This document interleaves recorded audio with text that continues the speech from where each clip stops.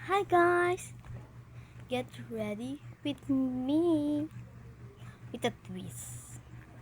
So, eto, curious kasi ako dito.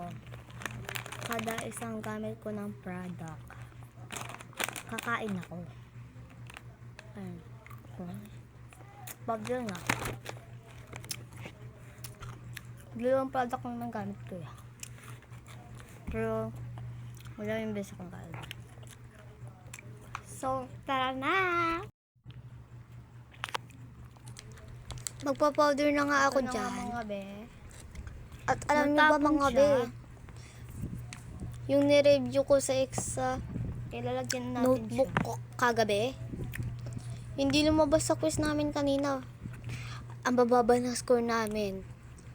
May naka 3 ata. Oo, Kumain meron na naka ako 3. ba? Ako 5/20 tayo. Ito na. Kasi for Kain example, na. yung mga lumabas, meaning lang yung Powder mga na tayo. nireview ko. Bawal So, na ayan na ubos nga, na back na tapos tayo. powder. Yan, hindi pa naubos yung kinakain ko dyan, kaya pagpapatuloy natin yung pag-powder.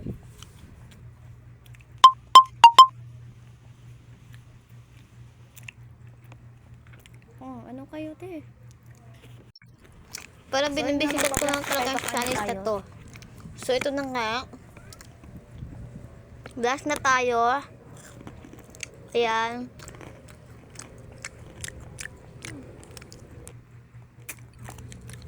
Ayan. I-blend na natin. Blend na natin, guys.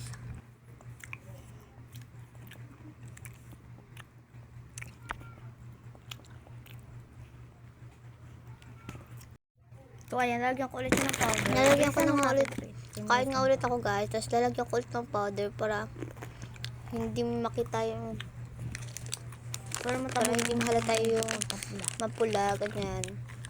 Alam niyo naman. Kakaya pag lumabas ka, tapos Hindi para naman kang sinampal, naubos. te. Hmm. Ano ba yun? Lagyan natin dito. Puin mo na.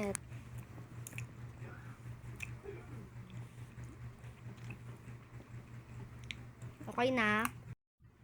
So, yun nga, tapos na ako mag-eyeshadow. Ayan, di lang siya halata. Lipstick na tayo. Nakalimutan ko kumain. So, ang nga, tayo na rin yung final look. So, there is, Tapos guys. na. So, Wait a minute.